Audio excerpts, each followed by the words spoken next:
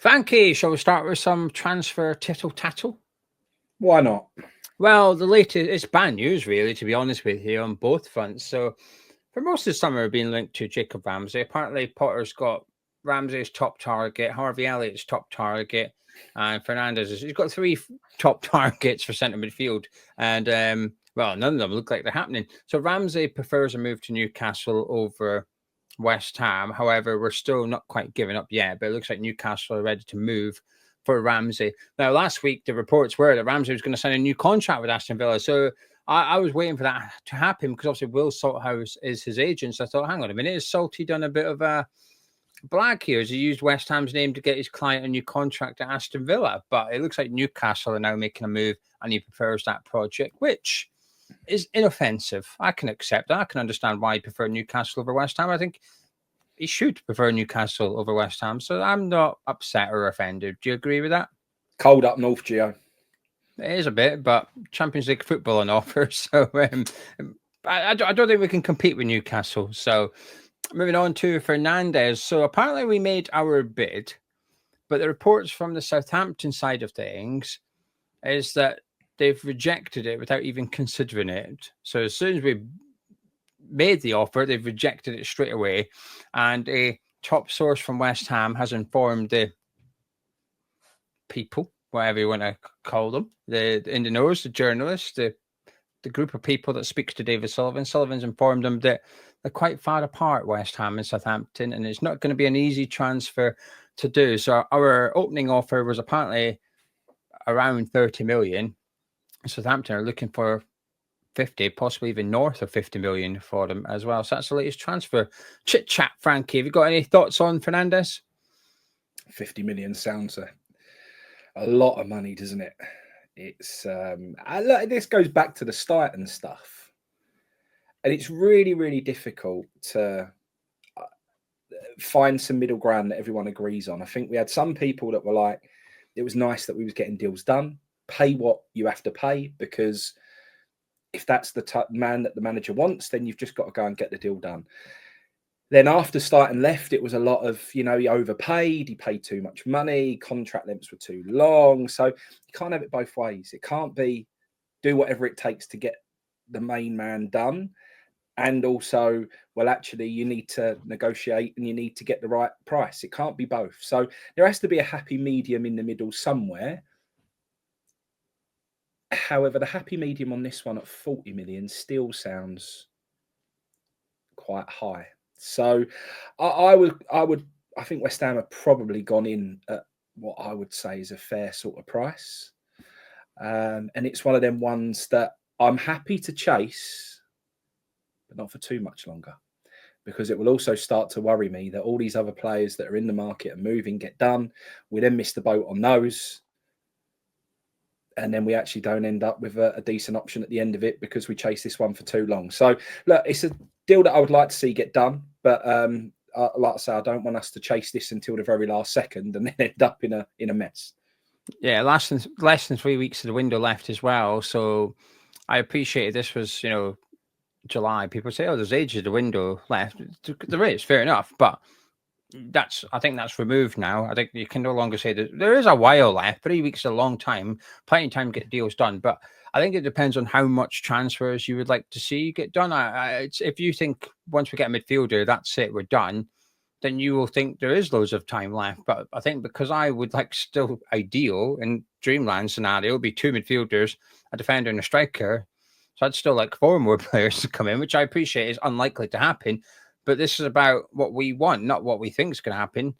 So as a result of that, I'm like, well, can we get the midfielder in ASAP so we can move on to the next one, please? Because it looks like we're doing it one at a time at the moment, whereas last summer with Stadium, we were sometimes bringing in 3 players at once. I remember Rodriguez and Fulkrug, pretty much a double signing. Somerville was in around that time as well. There's 3 players we were negotiating for all at once, which doesn't seem to be the case. In this regards, I think we're going to find it difficult. Southampton are not Leicester. Leicester were skint. Leicester had serious PSR issues. They had to sell. Southampton are not there. And we got a bit of a warning. This is where, so when Sullivan told people that, I thought, well, what were you expecting? Now, I understand if there was little evidence to suggest what Southampton were going to be like when it comes to negotiating, fair enough. But first of all we have to do is go back to 2 years ago when we signed Ward-Prowse. We'd pay 30 million for him, right? So Southampton did well out of that deal. But even if you go to this summer with Tyler Dibling, literally 2 weeks ago, Everton were bidding for him. Southampton was sticking to their guns saying, no, we want 50 million plus a sell-on clause as well. Now, I remember Fernandez being linked to Juventus a month or two ago. And a big thing Southampton were trying to get in that deal was a sell-on clause, which is, well, we think he's going to go on and become a top player, so you can buy him, but we want that clause in there because we believe that in a couple of years, 3 years time, he'll move on again for bigger money and go to a top club, and we want to benefit from that. And I think we're going to struggle here. I don't think we are going to get a Hermanson Leicester situation where we're able to really drive him down in price, because Southampton don't need to sell. And yes, Will still isn't starting him. He didn't start him against Wrexham because of the uncertainty, but he still took him on off the bench. He still showed, I'm willing to play this guy. And ultimately, if the window closes, he's still there. Southampton won't be unhappy. They don't necessarily have to sell him. It's just a case of accepting that they've got a top talent on their hand, worth a lot of money. Supposedly, quite a few clubs want him, so they're going to cash in.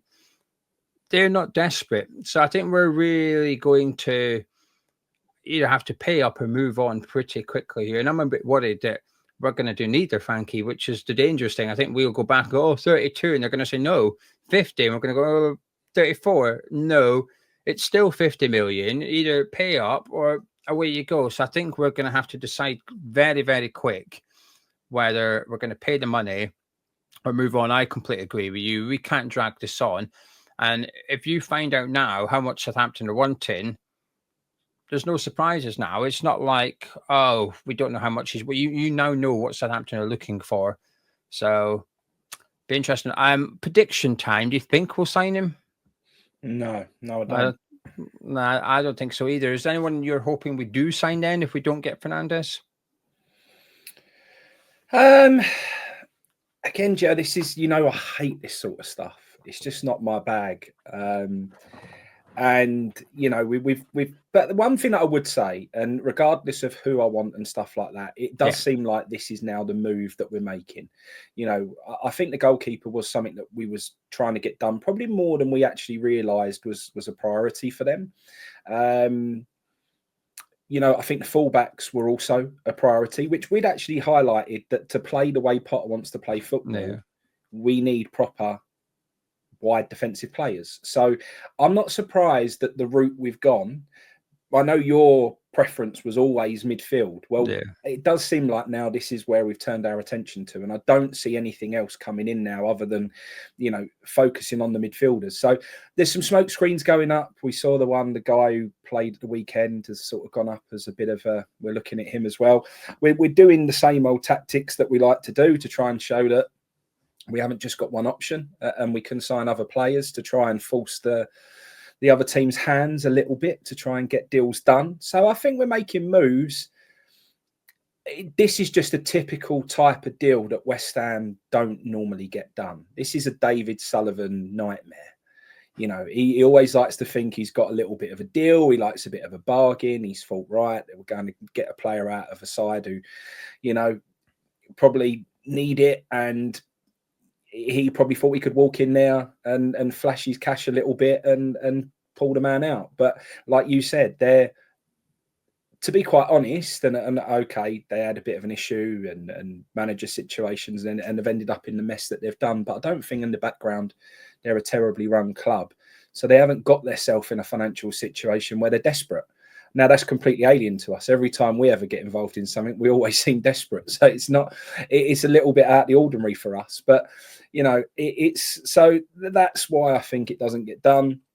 There will be another deal out there where Sullivan will feel like he's, getting a bit of a cut price, a bit of a bargain, or getting whatever. And that typically will be the deal that ultimately in the end gets done. What concerns me, Joe, at the moment is the people that we are linked with. And, we've spoke about, Harvey Elliott and other midfielders that we've sort of been they're all the type of deal that I just don't think we're yet to be linked with someone that I go, that's a West Ham signing. So I'm waiting for that to happen, Gio. And when that does, that's when I'll say, actually, I can give my opinion on whether I think it's a good idea that we sign him or not. But at the moment, I'm struggled to see a midfielder that we're strongly linked with that I think that's the man West Ham get. So, yeah, that's where I am. Yeah, I'm inclined to agree in regards to my confidence of us signing a player. Ramsey always felt a bit ambitious. Harvey Elliott was always ambitious. Fernandez feels expensive. Another thing we've got, to speak of Tyler Dibbling, is if Everton do go back in for him, let's just say Everton signed Dibbling, Southampton all of a sudden have just had 50 million. They already don't need our money. If you do that, they then just sold someone for 50 million. They're more than okay. They could actually we're going to keep this guy because if we get promoted, he's worth more than what you're going to pay. And if we don't get promoted, he's still worth what you're going to pay anyway. So they don't really have anything to lose by keeping Fernandez for another year. So don't know what we're going to do here, actually. It's only unless he throws his toys out of his pram, Gio, which it doesn't seem to be the case at the moment, as long as he's happy there. But maybe that's what Sullivan's waiting for. Maybe he feel like he'll get frustrated and go and tell the club, look, his agent's Jorge Mendes, who's obviously got a lot of contacts at a lot of different clubs as well and stuff like that. So it's not even like there's a Salt House special on the horizon here. This Fernandez one just feels... If we want to sign him, as in we're willing to pay for him, what Southampton want, then yeah, it could possibly happen. Because if Southampton do want 50 million, I'd be shocked that there was any other club willing to pay for that. I'd be very surprised if they managed to get that offer. So therefore, we now know what he costs. And this is where I think backing a manager can go too far. I think this is the problem with no director of football. If you listen to Thomas Frank, he's made some interesting comments regarding Spurs when he's compared it to Brentford, and he basically said at Brentford he'd say, to use Potter's example here. So Thomas Frank at Brentford would say, I need a central midfielder that can do this, can do that, can do this, can do that. Then it would come back with him and go, here's the guy, and Frank would have a look at him and go, that's the man, go get him. Yeah, perfect. So that's Spurs. He's gone to the new recruitment team, said, I need this, and they're coming back with names, and he's going, no. Right, you're going to have to go have another look because the names you brought me aren't really good enough. So he spoke about how he's already discovering a big difference between Brentford and Tottenham in regards to identifying players. Now, ideally, we'd have that player identification set up, but we don't really. So that's the problem. So what's the next best thing? It possibly is backing your manager and hoping he can bring in the players that suits him. But there's got to be a line. And that's why I'm okay with Hermansen, because I feel like if you were to think about some of the better managers in the Premier League today, who, when they joined their clubs, they weren't a million miles away from our level. So Unai Emery going to Aston Villa, Eddie Howe going to Newcastle. When they went to those clubs, they were in the bottom half of the table outside the relegation zone. So could we get them today? No. But could we have got them when they came to the Premier League? Yes, possibly. Well, I think Hermansen would work fine under Unai Emery. I think he'd work fine under Eddie Howe. So I think Hermansen has longevity at West Ham and can appeal to other managers going forward. Juve's the one that I'm like, he feels like a wing back. If we were to switch to back four, could he cope? I don't know. We'll have to wait and see. But that's the one that feels pure Potter, if that makes sense. Mm. And we've just seen with James Ward-Prowse and Max Kilman. Now, Potter might want to keep them. I actually think he probably does want to keep both of them. But does he want to keep them or does he have to keep them? It may be that he wants some, but he certainly has to keep them because of how much they cost, what their transfer value would be today, the lack of clubs that would probably want them and pay what we're wanting, the implications of PSR. He's almost stuck with them a little bit. And if we were to go spend big money on Fernandez, he was to come in, he was to flop, Potter was to flop. Next summer, we change manager because remember, as we've discussed, Potter has got that clause at the end of his contract. So at the end of the summer, end of this coming season, where we can release him with no compensation. He can walk away. We can release him. But what happens if the next guy comes in? I don't want Fernandez. Yeah, sorry, mate. We spent 50 million. You're keeping him. And you're keeping Kilman because we spent 40 million on him. We can't get rid of him. And you're keeping James Ward-Prowse because we spent 30 million on him. And we can't get rid of him. Before you know it, the next guy's really stuck. And he's got the third manager to go, he's got his players and he's stuck with him. So I think you've got to back Potter, but there's got to be a point where you say this is getting a bit expensive now. Saying that, I am quite confident that Fernandez would come in, he would do well under the next guy. I hope it happens, but 50 million makes me gulp a little bit. I'm not going to lie. That feels very expensive. And this is where if I'm David Sullivan, actually, I'm going to Kyle McCauley saying, come on, mate. Find me an alternative. Yeah, like find me the same guy for 30 million. Yeah. Yeah, exactly. Your job's to identify like the upcoming young players who don't cost as much money, etc. Where is he? Because at the minute, Juif's a good find, but Hermansen didn't require any special scouting or that. Everyone knew about him. Kyle Walker-Peters, everyone knew about him. Callum Wilson, everyone knew about him. So out of the 4 signings, only one of them feels quite clever, if that makes sense. And I'm not convinced there was any clever. Mate, how many times have we dealt with him now? How many times have we done business with him? I'm not sure this is that's true. Plicked out of nowhere. And actually, the more we talk about it, Gio, that 50 million screams of another Haller, Anderson, big money signing, comes in, doesn't quite work out. And I don't think he does get stuck with him, because I think the new manager turns around and goes, I need money. And then he goes at a cut price compared to what we paid for him. He goes out the door at the 30 million that we tried to buy him for, because we do what we do. And then it also, I don't know. 50 sounds chunky, really strong. Yeah. And if I was totally convinced that this is the guy, but Gio, we don't spend 50 million on a striker, do we? Yeah, I mean, £50 million on this midfielder. Put into context, I'm, as you and others will know, I'm a big Harvey Elliott fan. And I thought the price tag was 40 million. And when it came out, it's 40 million with a buyback clause, or 50 without. Even at 50, I thought, no, that's too chunky. That's too much for him. He's not worth 50 million. So we'll wait and see. Maybe we will be able to meet in the middle around about 40 million, but we'll have to watch this space. And someone we've mentioned a couple of times, Frankie, a lot of chit chat going around, that James Ward-Prowse is the new vice captain at West Ham, which... Well, actually, before I give my opinion, do you want to have your say on this? Have you got anything to say on this? It felt like this was on the cards. He's felt like a bit of a leader in and around the place. For me, Jared Bowen isn't made of typical captain stock. He isn't loud and he isn't vocal. He doesn't go and get himself involved in certain... You don't see him geeing up the rest of the team. Even in the media stuff that we put out, he isn't the big character. He isn't the leader of the pack, if you like. So, but what you do get from Jared Bowen is you get very much a lead by example. Yeah, you don't get a natural leader, but you get a lead by example. I've signed my 7-year contract. I'm committed to this football club. My work rate is absolutely as much as it can be. I give 100% every time I pull on a West Ham shirt. Just copy me. And I can accept that. And there's different types of leaders, and that's absolutely fine. James Ward-Prowse has become almost a meme this summer on social media. Like, again, Fulkrug in his video yesterday, where he had his challenges that he had to go and do, he had to copy someone's celebration. And when he was giving it all right, first of all, I've got to flick my hair, and then I've got to spit on the floor, and then I take a free kick, and then he done the golf thing. So he's got the free kick thing in there again. This is bullying. It is. And the thing is, I don't even see Ward-Prowse smiling or joking back about it. I think it's got a little bit tiresome. I think he's thinking, "God, not again."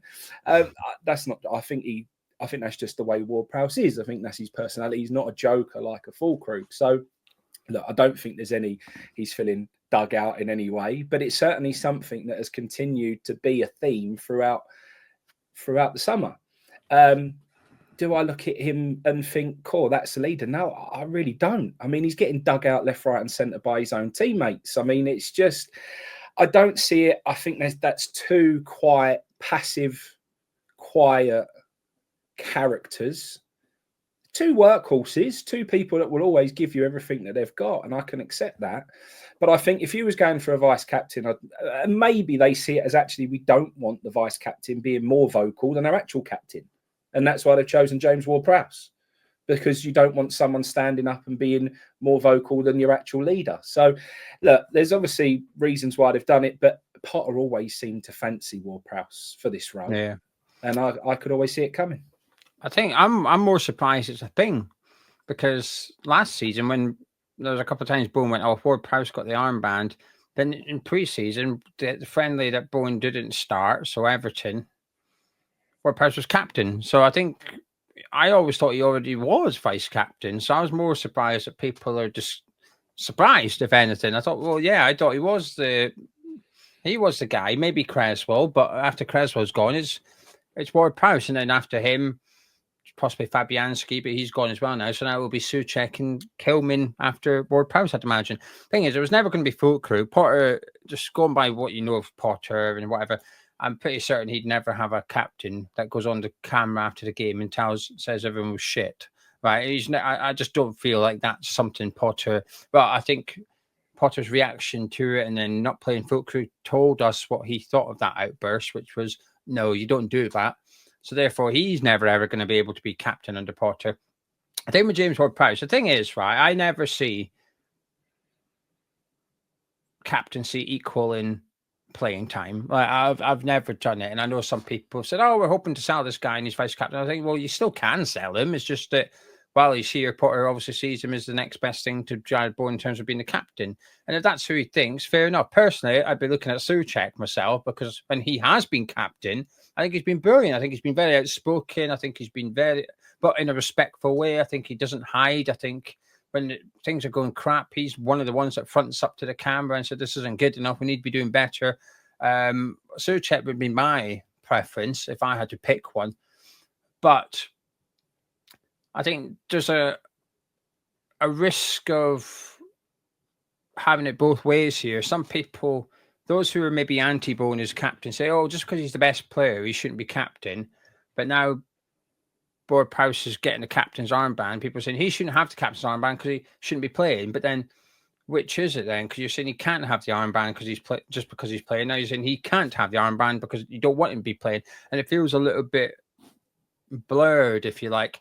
Personally, I'm not that bothered. It's not that big a deal to me. I don't want to see him start. I hope we get a new midfielder. But in terms of his captaincy, he was captain at Southampton. Kilman was captain at Wolves. We've managed to assemble a pack of the quietest leaders in the Premier League, really, haven't we? We say, who's the quiet captains? We'll have him. We'll have him at West Ham. So yeah, it's not something that concerns me too much. Potter clearly trusts him on the pitch and off the pitch, and I have no issues with James Ward-Prowse off the pitch. I think, from a professional standpoint, a work rate standpoint, like you said, got no problems at all. I think our mistake was maybe giving it to Bowen in the first place, and or not signing a captain when it was clear that we were going to move away from Kurt Zouma. I think that's where we maybe should have brought someone in. Sunderland have done it.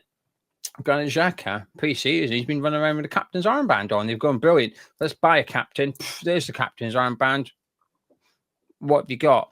I wouldn't be surprised if you see, I know Josh Cullen is the official captain, but I wouldn't be surprised if quite early on in the season, if Cullen goes off the pitch, you see Kyle Walker running around with the captain's armband on at Burnley, and Parker going, that's my guy, that's my leader. Same with Brentford and Jordan Henderson. You might find that he's running around with it on.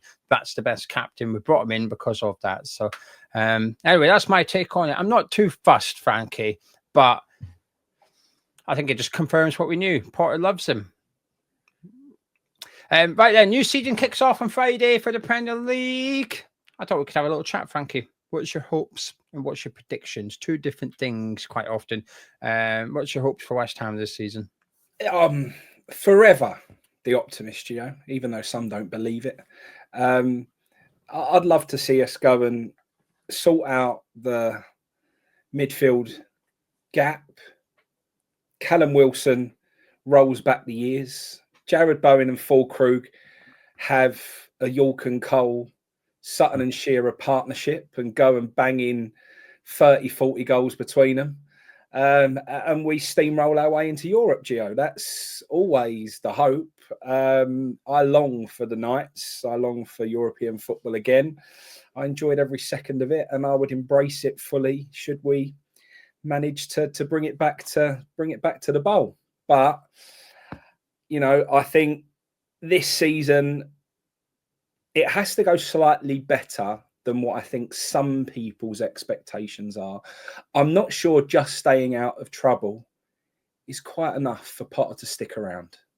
So I think if we're going to have a season of no dramas, no manager change, whether that be towards the end of the season or at the end of the season, I think it has to be between 7th and 10th. I think that has to be the case. I think if we're even 14th and down between that sort of, but not obviously in the relegation, I don't think we're going to be flirting with relegation at any point. I really don't think that. So, yeah, I think if we're lingering around that 14th spot, I think part of the writing could be on the wall, because I think people will get very frustrated. I think the fans will get very frustrated, and I think the board will be forced to make a change. So I expect us to sort ourselves out before the season starts, be around between that 7th and 10th spot. And who knows, we might go into the final 10 games with that little bit of hope, Gio, just that glimmer, just that it might happen, and it will actually give us an exciting end to the season. And who knows? I hope you're right. I'd be happy with what you've just said. I'd be happy with 10th. I hope you're right. My hopes is the same every single season. Win the FA Cup. Do I think it'll happen? No. But we're talking about hopes, right? That's my hope is to win the FA Cup. It's if we won that, we could. I was ready to say we could get relegated. I wouldn't care. Probably would, but I'd get over relegation. But I don't think I'd ever get over winning the FA Cup. That would stay with me, full stop. So winning the FA Cup. Predictions for what you just said you want to avoid, really, which is a lame season, but we finish 14th or something. I think that's my prediction at the minute. I don't think we'll go down, but I think we are. Jared Bowen injury away from it. I don't think we'll get Europe. I don't think we'll be in the European race, but I think we are 3 good signings away from it. So I don't think there's much between success and failure for West Ham this season. Coming out of the season, I thought, depending on how the window goes, we could finish 8th or 18th and anywhere in between. And now I've seen how most of the window's gone. I think we could finish between 8th and 18th, anywhere between. I think we've the thing is, I like the players we've signed. I like 3 of the 4 players we've signed, but it's not really done anything for me. It's because of the lack of midfielders. That's what it is. That's my problem. I'm aware of that. But just look at the strikers. I think surely we're going to get another one. I know this stuff's coming out. Potter doesn't want another striker, and I don't trust that stuff that gets leaked. I think, no, I'm not having this, because surely Potter doesn't look at Bowen, Fulkrug, Wilson and Marsh and go, oh yeah, that's it. Bearing in mind he's playing with 2 strikers at the minute. Surely he doesn't look at those 4 and go, oh yeah, that's plenty for the Premier League campaign. He cannot do that. I don't believe he would do that, because if he did, I'd argue he's been stupid. I think he'd been naive to think that, because I'm confident Fulkrug will get injured at some point. And then what you're going to do then? You're going to play Bowen and who? Wilson? Well, I hope not. We cannot be relying. If at any point we have to rely on Marshall or Wilson, something's gone wrong between now and then. So that's lack of signings and an injury. We should not be relying on either of those players. We shouldn't. So we've done most of the window, Frankie, but it's not really made me any more comfortable or any more worried. I still think everything is up for grabs this season for West Ham. But I should just stress this. I don't think it's just West Ham. Bournemouth, I think they are maybe a couple of injuries away from a relegation battle, but they're a couple of good signings away from being with a shout of European football. I think Crystal Palace are a couple of injuries/player sales that don't get replaced away from finding themselves down the bottom of the table, but also a couple of good signings away from having a really good season. Nottingham Forest, their squad depth at the minute, their first 11's good. I'm looking at the bench thinking, bloody hell, you're not ready for a European campaign. historically, statistically, the geeks reckon European football costs you about 9 points a season. Well, I'm okay to believe that. I feel like that's true, having watched us go through. I think, that feels fair. Well, can you imagine Palace or Nottingham Forest starting the season on -9 points, right? Then hang on, they're in trouble now, right? So if that's what a European campaign is going to cost them, you don't know what's going to happen to them. I think they'll be okay. I don't think either will get relegated, but I don't. My point is they are a couple of bits of bad luck away from having a tough season. Brentford have taken a massive gamble in the summer as well. Wolves I'm still waiting on them to do a bit more business. They've done some good business and they've got a good manager, but it's not enough. So I think there's a lot of clubs that I would put in this pot of anything could happen. And we're in there. We're in there. So we'll wait and see. So at the minute, Frankie, I think I'll predict 14th. Give us a prediction. What you got? I'm going to go with 9th. I like that. I'll be happy with that one. Anything you'd like to add before we disappear? No, just I saw that the old watch along went really well for you at the weekend, mate. Looked like it was a brilliant one. So yeah, sort of checked in afterwards, had a look at what some people were sort of getting involved in, and I saw you had a little, milestone. So yeah, that was really good to see. Yeah, thank you. It was. I was a bit nervous doing it. I don't get nervous before I do videos. Like before I record this one, I'm not like, ooh, I just get on with it, right? But before I did the watch along, before going live, I was like, I needed to just go take a breather, right? I was like, breathe, you'll be all right. It's just because there's a lot of moving parts as well. There's just a lot of things going on. So I've got the stream, the software, the overlay for all the graphics, and then the YouTube chat and stuff. There's just a lot. And I'm doing watch alongs with you and a friendly is one thing, but sort of doing it solo, I was like, oh, okay. And then, over 2,000 viewers at one point, which is just mental when you think about it. But yeah, I can't complain. It was very, very nice. Very nice. But anyway, thank you very much. You guys at home, thank you. You made it this far. You must have enjoyed it. So please do drop a like, comment by clicking thumbs up. Subscribe to Hammers Chat, myself and Frankie. Well, we'll catch up with you next week. Where we will be discussing, hopefully, a new midfielder. But not only that, we'll be discussing how we got on at the Stadium of Light. Premier League football is back. We'll catch you in a bit.